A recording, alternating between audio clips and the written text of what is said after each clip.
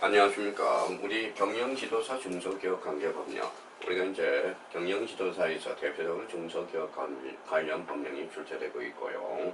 여기에 대해서 이제 중소기업 관련 문제와 관련돼서는 한 40문제가 우리가 출제되고 있죠. 우리가 한번 봅시다. 자, 관련 목차와 관련돼서 우리가 이제 한번 확인하고요. 자, 여기 보시죠. 자, 중소기업 관련 목차 법령에서 법령 목차가 있어요. 그러면 우리가 이제 가장 기본이 되는 게 뭐예요? 우리가 기본법이죠. 그래서 중소기업 기본법 네 문제가 출제되고 있고요.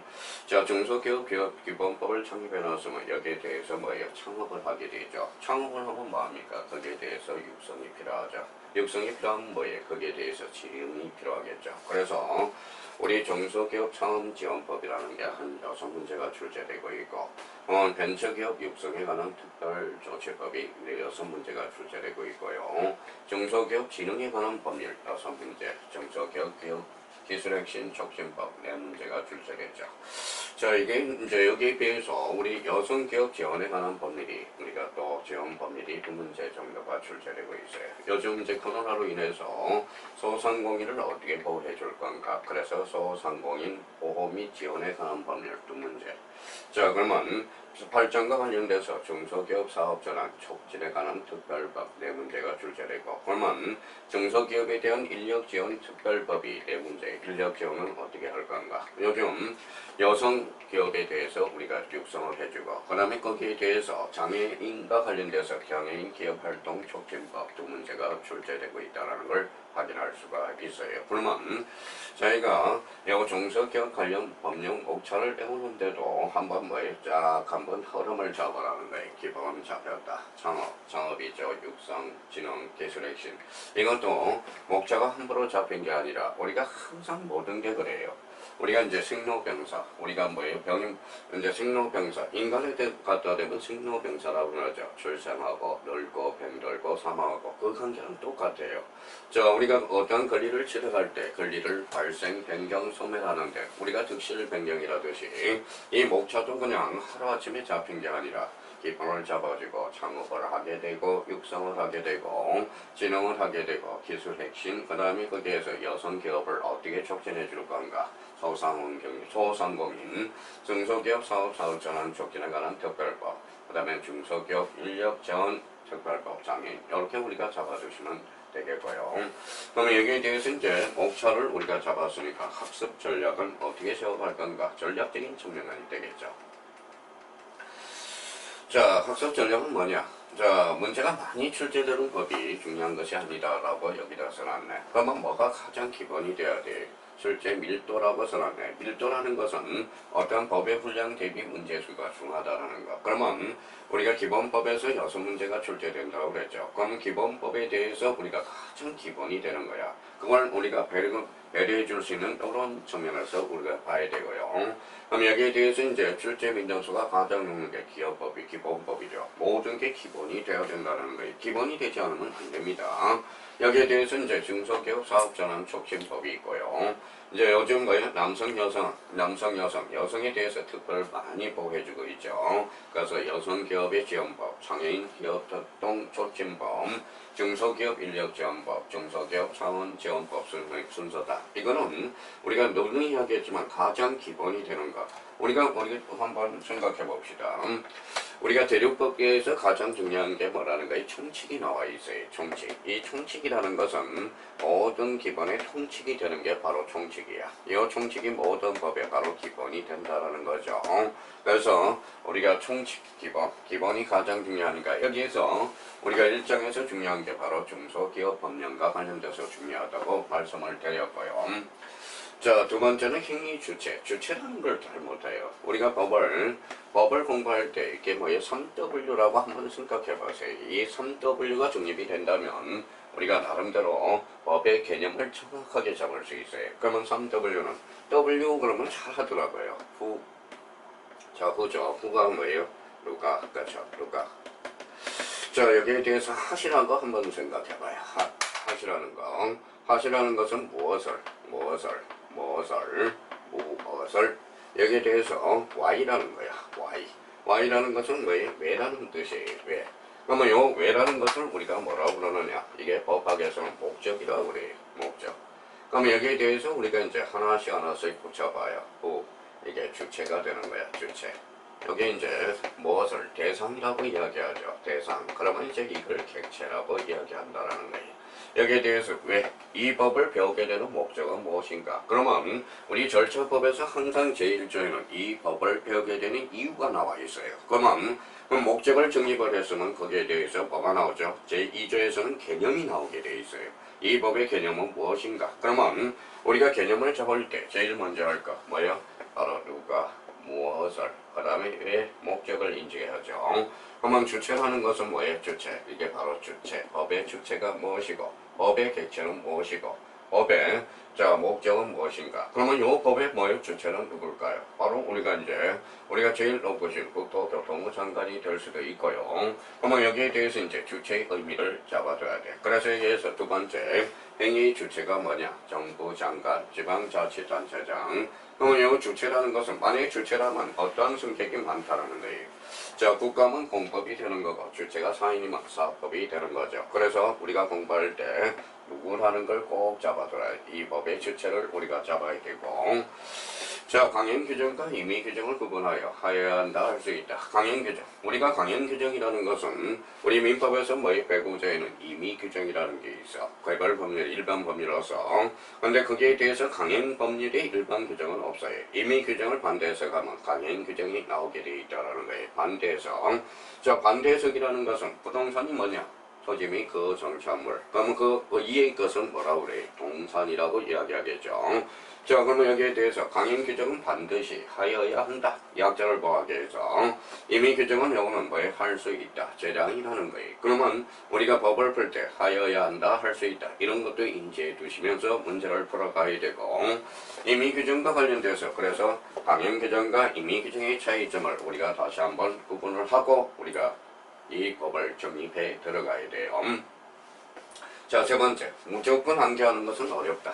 따라서 법의 목적을 확인하고 법의 목적을 한다면 이 법이 왜 그렇게 구성해 들어가는가 목적을 확인하고 목적을 달성하기 위한 계획이나 시책을 다른 법과 혼동되지 않도록 잘 구분해 둘 필요가 있어요. 반복되는 내용을 잘 확인해야 된다. 그러면 우리가 이제 앉아나서나 반복밖에 없어요. 그러면 일반인들이 이야기할 때 법을 배울 때 그러면 법을 배울 때 제일 먼저 할 거는 법의 개념과 그 다음에 목적에 대해서 인지하고 그걸 개념했으면 우리가 앉아나서나 3번 정도 이상 반복을 해줘야 돼요. 반복을 하게 되면 저절로 우리가 알게 된다라는 거. 아마 학습 전략과 관련돼서 요거 의미 3가지 전략들을 우리 학습 전략을 세워놓으면서 우리 중소기업법에 대해서 기업법령과 관련돼서 하나씩 쉬고 나가자고요. 그러면 학습 전략까지 우리가 봤네. 중소기업법 보면 중소기업법 기본법과 관련돼서 역시 목차죠. 그럼 목차에 대해서 아까 뭐라고 그랬어요? 이 법의 목적은 무엇이며 이 법의 용어의 정의는 뭔가? 여기에 대해서 중소기업자의 범위는 어디까지 갖춰야 되는가? 그래서 중기업, 소기업의 범위는 어디까지 갖춰야 되는가? 이걸 우리가 따져야 되고요. 여기에 대해서 이제 정부, 지방자치단체, 중소기업자의 책무들은 뭔가? 책무라는 거. 4번째, 정부의 시책은 어떤 시책이 있다는가? 중소기업 육성에 관한 종합계획이 있고 여기에 대해서 중소기업 지원사업 통합관리 시스템의 구축 운영 중소기업의 ombudsman 제도 요즘 ombudsman 제도 많이 나오죠. 그래서 이 중소기업 기본론과 관련돼서 특히 법의 목적과 용어의 정의에 대해서 우리가 몇 개 살펴보도록 하겠습니다. 법의 목적과 용어의 정의가 있죠. 그러면 중소기업법이 뭐냐? 이렇게 제1조에 나와 있어. 법이라는 것은 항상 제1조에 우리 특히 절차법과 관련돼서 제1조에 법을 배우게 되는 이유야. 목적을 우리가 배우게 되어 있다는 거예요. 목적은. 목적이 뭐냐? 그러면 중소기업이 나갈 방향과 중소기업을 육성하기 위한 시책의 기본적인 사항을 규정하여 창의적이고 자주적인 중소기업 성장을 지원하고 나아가 산업구조를 고도화하고 국민경제를 균형 있게 발전시키는 것을 목적으로 한다. 항상 제1조에다가는 우리 목적을 규정하는 경우가 많아요.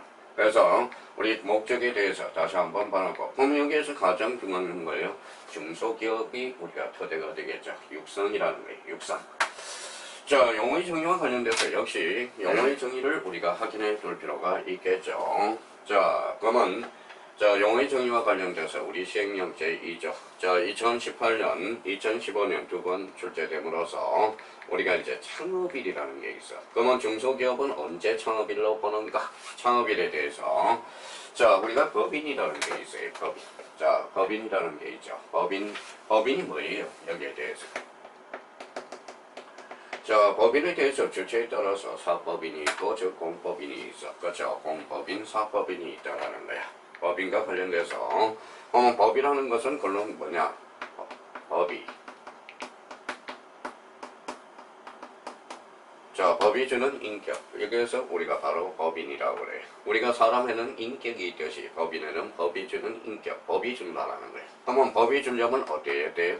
바로 설립 등기하는 거야. 그래서 설립 등기함으로써 자, 법 인격을 갖춰주는 거예요. 그러면 법인인 기업에서는 법인 설립 등기가 바로 창업일이라는 거야. 그렇죠? 여기에 대해서 우리가 봐봐요. 그럼 법인 아닌 사업자는 어떻게 해야 되느냐? 바로 사업자 등록을 한 날. 사업자 등록을 한 날이 바로 창업일이 돼요. 그럼 다시 한번 반복해 봅시다. 법인은 뭐예요? 설립등기. 설립등기. 자, 설립등기죠. 법인 아닌 사업자는 뭐예요? 사업자 등록을 한 날. 그래서 사업자, 창업일을 사업자로 우리가 잡아두셔야 되고요. 자, 그러면 이제 법인, 다시 용어의 정의로서 창업일이 있다. 창업일에 대해서 법인인 기업은 법인 설립등기일. 법인 아닌 사업자는 사업자 등록을 한 날이 바로 뭐예요? 자, 창업일이 된다라는 것. 자, 만약 기업이 이제 합병을 할 수도 있겠죠. 그러면 합병이란 두 기업이 합치는 거죠. 그러면 여기에 대해서 합병이라 할 때, 만약 A라는 현할과 B라는 사람이 이렇게 합쳤다. 이게 합병이라는 거예요. 그럼 B가 직접적으로 간다. 그럼 흡수 합병이 되겠죠. 그러면 합병과 관련돼서, 그러면 합병인 또는 분할일이 곧 뭐예요? 요때 그러면 분할일, 합병인 또는 분할일. 법인인 기업일 때 합병 또는 분할로 설립된 법인 설립등기라는 거. 법인의 설립등기. 합병 또는 분할로 존속하는 법인은 변경일이 되겠죠. 왜? 자, 합병 또는 분할로 설립된 법인의 설립등기일이나 합병은 뭐의 분할로 존속하는 법인의 변경등기일이 되겠죠. 이거는 흡수합병이 되겠죠. 대등하게 하는 게 아니라 법인인 기업 합병일 또는 분할일. 다시 한번 보자. 이번에 대해서. 법인 아닌 기업이 있어. 그러면 공동사업자에 대한 사업자 등록을 한 날. 그러니까 법인 아닐 때는 사업자 등록을 한 날. 공동사업장을 분리하여 사업자 등록을 한 날. 그러니까 분할일. 합병이라는 것은 두 회사를 합치는 거고 분할은 나누는 거라는 겁니다. 그러면 법인인 기업과 법인이 아닌 기업과 관련돼서 이 두 가지를 다시 한번 잡아놓고 그러면 우리가 창업일, 그러면 창업일이 바로 뭐예요? 법인인 기업은 법인 설립 등기일이 된다. 법인 아닌 사업자는 사업자 등록을 한 날. 자, 합병과 관련돼서 합병 분할일. 그러면 법인인 기업과 관련돼서는 이때는 설립 등기일이 바로 되고, 그렇죠? 분할 합병으로 된 설립 등기일. 합병 분할로 존속하는 법인의 변경 등기일이 되고요. 법인이 아닌 기업은 아까 뭐이 대표적으로 사업자 등록을 한 날. 관계기업과 관련돼서 우리가 한번 보도록 하죠. 자, 관계기업과 관련돼서는 요거는 자주 출제되고 있어요. 관계기업, 자, 일부 관사의 대상이 되는 기업이 다른 국내 기업을 지배함으로써 지배 또는 종속에 관계 있는 기업의 집단, 이게 관계기업을 집단이라고 해요. 관계기업에 대해서 개념을 다시 한번 잡고요. 자, 우리가 이제 주식 등, 부동산 등, 토지 등 이렇게 나오는 거죠. 그러면 우리가 이제 주식 등이라는 개념은 뭐냐? 주식회사의 경우는 발행의주식, 발행주식, 얼결권이 없는 주식, 요거 조심해야 돼요. 얼결권이 없는 주식은 제외돼, 주식회사에서. 그러면 발행주식의 총수, 요거. 주식회사의 기업인 경우는 출자 총액을 이야기하고 있다라는 거예요. 그러면 결론적으로 여기에서 조심할 거는 주식회사는 발행주식에서 얼결권이 없는 주식은 제외된다. 여러분 다시 한번 확인을 해 두시고, 자, 주식을 우리가 잡았으니까 여기에 대해서 친족은 뭘로 보느냐 배우자. 자, 여기에서 조심하셔야 돼요. 자, 우리 자, 일반적으로 우리가 혼인을 했다 배우자는 법리론 배우자라고 이야기해요. 그러면 사실혼 배우자의 공개에서 사실한 혼인 관계에 있는 자도 포함된다는 거. 우리 중소기업법에서는 대표적으로 상속과 관련돼서 상속법은 법리론만 해당이 돼 있어요. 여기에 대해서 그러면 자, 우리 중소기업자도 약자라는 거야. 그럼 약자를 포함해서 기체적으로 나오는 게 바로 뭐예요? 바로 중소기업자라든지 우리 주택임대차보호법도 대표적인 사실혼 배우자도 포함된다라는 거. 그러면 우리 중소기업 법령과 관련돼서 친족은 배우자는 사실상 혼인관계에 있는 자도 포함된다라는 거. 요거 한번 우리가 조심해서 따라놔봐요. 자, 여기에 대해서 촌수와 관련돼서 친족은 우리가 6천 이내의 혈족, 그러면 4천 이내의 인척, 여기에서 6천, 4천, 요 부분에 대해서도 자주 출제되고 있어요. 제가 저쪽으로는 혈족이 6천이야. 그러면 배우자 관계에서로서 촌수는 4천 이내의 인척과 관련돼서 그러니까 6천, 4천의 관계, 요거 한번 우리가 잡아두셔야 돼요. 요 부분에 대해서도 우리 자주 출제되고 있다는 걸 확인할 수가 있어요. 배우자는 그러면 중소기업자는 중소기업은 약자를 포함해서 나옴으로써 요거 사실은 공인계획nhân 자도 포함된다는 거 확인해 두시고, 자, 혈적으로서는 유천이고 인천으로서는 인척으로 봐서는 우리가 4천까지 포함된다는 걸 확인해 두셔야 돼요. 자, 그러면 여기에 대해서 임원은 그러면 뭘로 보아야 되느냐? 우리 임원과 관련돼서는 자, 주식회사 또는 유한회사에서 등기된 이사, 그래서 사회이사, 요것도 소형을 많이 출제되죠. 사회이사는 제에다 포함이다, 제외된다라는 거. 주식회사, 유한회사에 등기된 이사로서 사회이사는 제외된다라는 것 다시 한번 확인해 놓고, 그러면 임원의 범위를 어디까지 정할 건가? 자, 그러면 주식회사 또는 유한회사의 외기업에 대해서는 무한책임사원 또는 업무집행자, 요거 조심해야 돼요. 자, 그러면 주식회사 또는 유한회사는 등기된 이사가 바로 임원이 될 수 있고, 주식회사 또는 유한이사에 이해되는 무한책임사원 업무집행자까지 될 수 있다는 것. 그러면 개념을 위한 개념은 반드시 이해도 이해지만은 개념은 반드시 정확하게 우리가 숙지해줘야 된다라는 거예요. 그러면 친족과 관련돼서 친족은 뭐예요? 사실은 혼인 있는 자도 포함된다. 자, 친족은 6천 이내의 혈족, 4천 이내의 인척도 포함되고, 자, 임원과 관련돼서는 자, 여기에서 특히 이런 것들을 체크해야 돼. 사회이사 제외된다라는 거. 여기에 대해서 주식회사 또한 유한회사의 책임은 무한책임사원과 업무집행정지까지. 그러면 이번 시간에 우리가 본 건 자, 친족과 임원 우리가 보도록 하죠.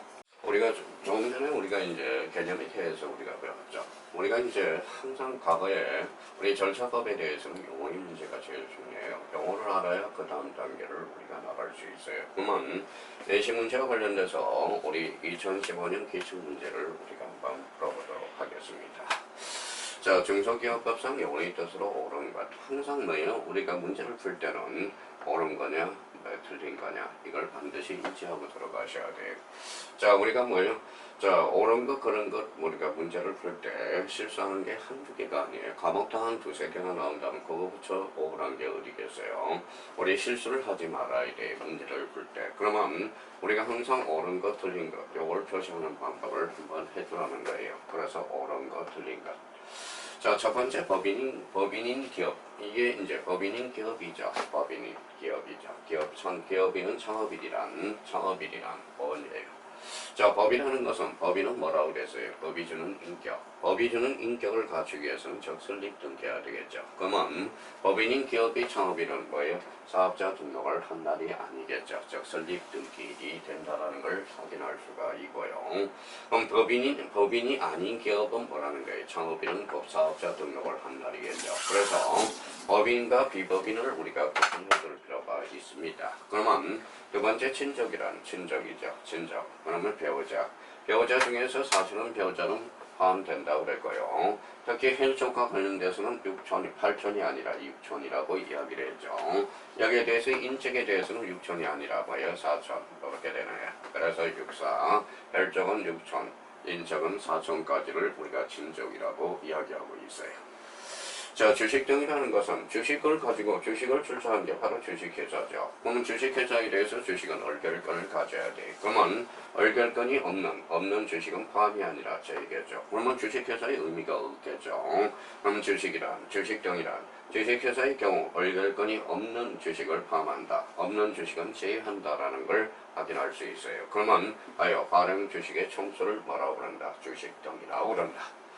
자, 주식회사 임원이라는 것은 주식회사 임원은 뭘까요? 주식회사는 바로 사회이사를 포함, 사회이사를 제외한 나머지를 등기된 이사를 이야기한다고 우리가 배웠죠. 그러면 4번도 결론적으로 X라는 걸 확인할 수가 있고 5번 질문에 대해서 주식회사 또한 유한회사 A기업의 임원이라 여기 이야기하죠. 무한책임사원 또는 업무집행자를 말한다. 그러면 여기에서 옳은 것은 정답은 몇 번이 되겠습니까? 5번이 되겠습니다.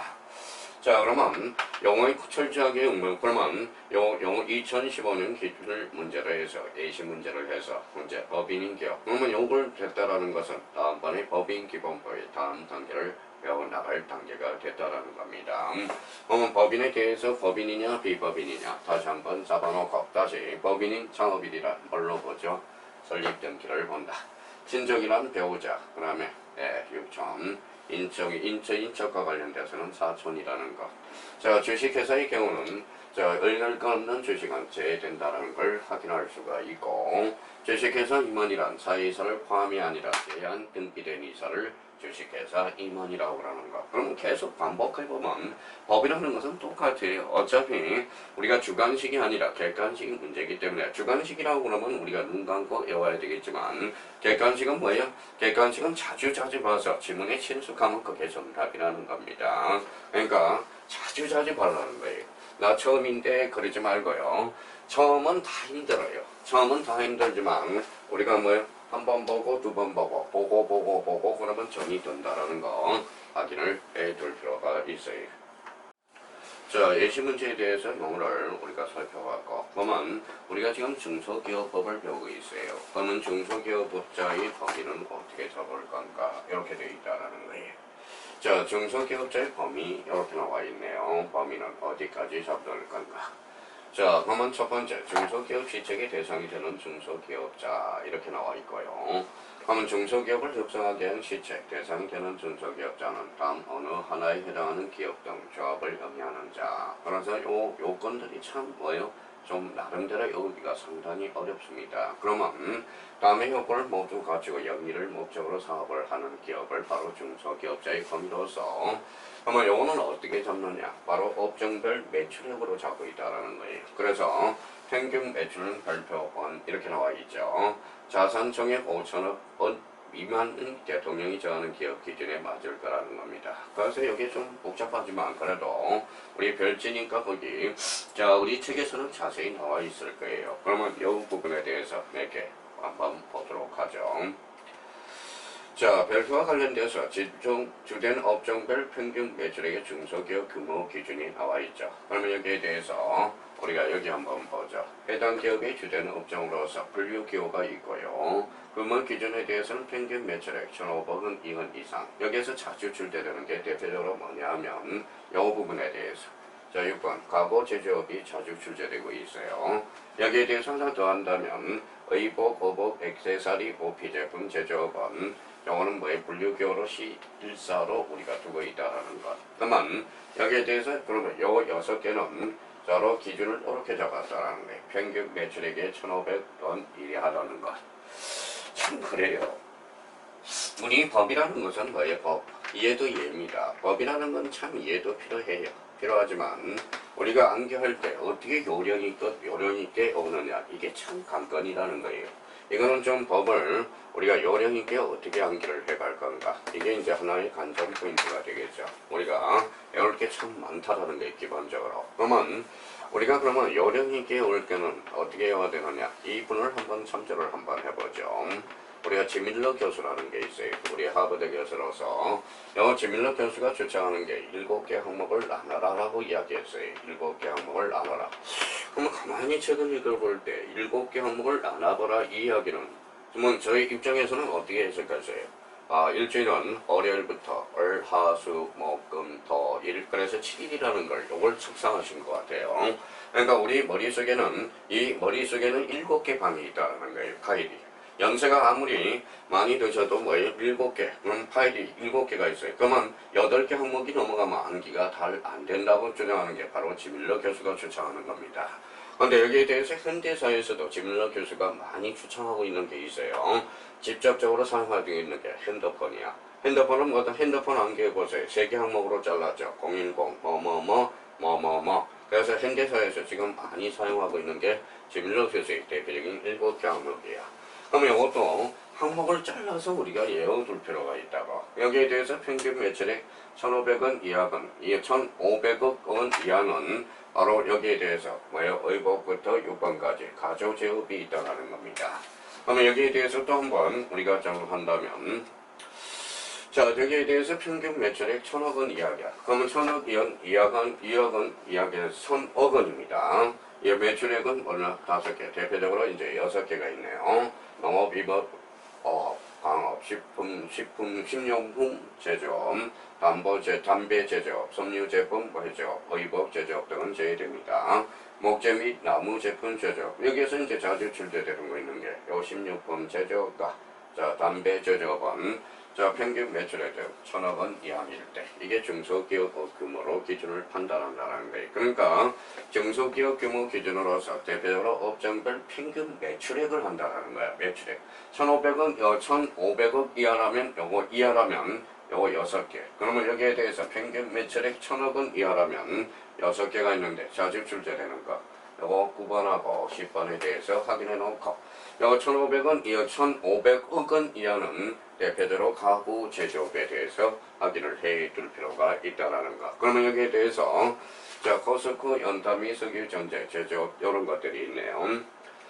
자, 여기에 대해서 이제 한번 쭉 잡아두고요. 그러면 여기에 대해서 이제 대표적으로 여기 도매 및 소매업 돼 있죠. 평균 매출액 1,000억 이하는 걸로 보고 있다. 바로 도매 소매업을 보고 있다라는 거. 자, 평균 매출액 800억 원 이하인 부분은 자, 음료 제조업 대표적으로 자주 출제되고 있고요. 다 외울 필요는 없이 나머지는 감각을 우리가 잡아줄 필요가 있어요. 그 다음에 정보통신업 자주 출제되고 있고, 그러면 인쇄 기록 매체 매체업 이런 것들은 평균 매출액이 800억 이하라면 바로 중소기업 규모로 삼고 있다라는 거 잡아두셔야 되고요. 여기에 대해서 평균 매출액 600억 원 이하, 600억 원 이하로서 대표적으로 이제 산업용 기계, 기계 및 장비 수리업이 있고요. 여기에서 자주 출제된 게 35번과 관련돼서 기술 서비스업이 바로 대표적으로 자, 코드 번호와 관련돼서는 N번이야. N번으로서 평균 매출액 600억 이하, 요거에 대해서 한번 암기를 해둘 필요가 있다라는 거. 자, 여기에 대해서 평균 매출액 400억 원 이하가 있네요. 400억. 그럼 이하는 숙박 및 음식점업, 그 다음에 대표적으로 금융 및 보건업, 부동산업, 임대업, 교육 서비스업. 그건 44번과 관련돼서 요거는 만약에 평균 매출액 400억 이하라면 중소기업법으로서 교육 서비스업에 대해서 평균 매출액이, 그러면 교육 서비스업은 매출액 400억 이하라는 거, 요거 한번 확인해 두시면 되겠고요. 자, 그렇다면 이제 여기에 대해서 이제 별표에 대해서 우리가 기준을 우리가 중소기업자의 범위를 살펴봤으니까 거기에 대해서 그러면 여기 한번 보자. 자, 지분 소유나 출자 관계 등 소유와 경영의 실질적인 독립성이 다음 어느 하당에 해당하지 아니한 기업일까? 시행령 제3조와 관련돼서 요거 한번 확인해 두셔야 되고, 자, 독경규제법 요즘 많이 이제 공정거래법에서 대표적인 게 독과점이죠. 상호 출자 제한 기업 집단에 속하는 회사, 공시 대상 기업 집단의 소속 회사로 편입 등기된 것으로 회사 등 상호 출자 제한 기업 집단에 속하는 회사 2014년에 출제돼서 이 기업과 관련돼서 한번 체크해 둘 필요가 있고요. 자산 소득이 5천억 이상인 법인, 외국 법인을 포함해서 자, 주식 등 이야기를 했죠. 자, 주식과 관련돼서는 대표적으로 뭘 이야기했죠. 자, 주식 등의 100분의 30 이상을 직접적 또는 간접적으로 소유한 경우로서 최다 출자자인 기업 2017년에 출제가 됐고, 여기에 대해서 그래서 이 두 개는 시행령 3조와 관련돼서 두 개 중소기업의 범위를 다시 한번 확인을 해둘 필요가 있어요. 자, 요즘 이제 사회적으로 이슈가 많이 되는 게 있죠. 뭐가 하나가 있어요? 바로 사회적 기업종. 사회적 기업에 대해서 많이 들어봤을 거예요. 자, 사회적 기업 중에서 대통령으로 정하는 사회적 기업, 영리를 주된 목적으로 하지 않는 사회적 기업. 이게 바로 2017년 요거 의미, 사회적 기업과 관련돼서도 의미 한번 잡아두시고, 여기에 대해서 이제 협동조합, 조합회, 연합회, 사회적 협동조합 연합회, 대통령으로 정하는 자, 이게 또 중소기업자의 범위에 대표적으로 포함되네요. 소비자 생활협동조합, 연합회, 전국연합회 등 대통령으로 정하는 자. 자, 중소기업자의 범위 우리가 뭐에 정확하게 숙지를 해둘 필요가 있다는 거예요. 자, 중소기업과 구분과 적용에 대해서는 우리 다음 시간에 우리가 살펴보도록 하겠습니다.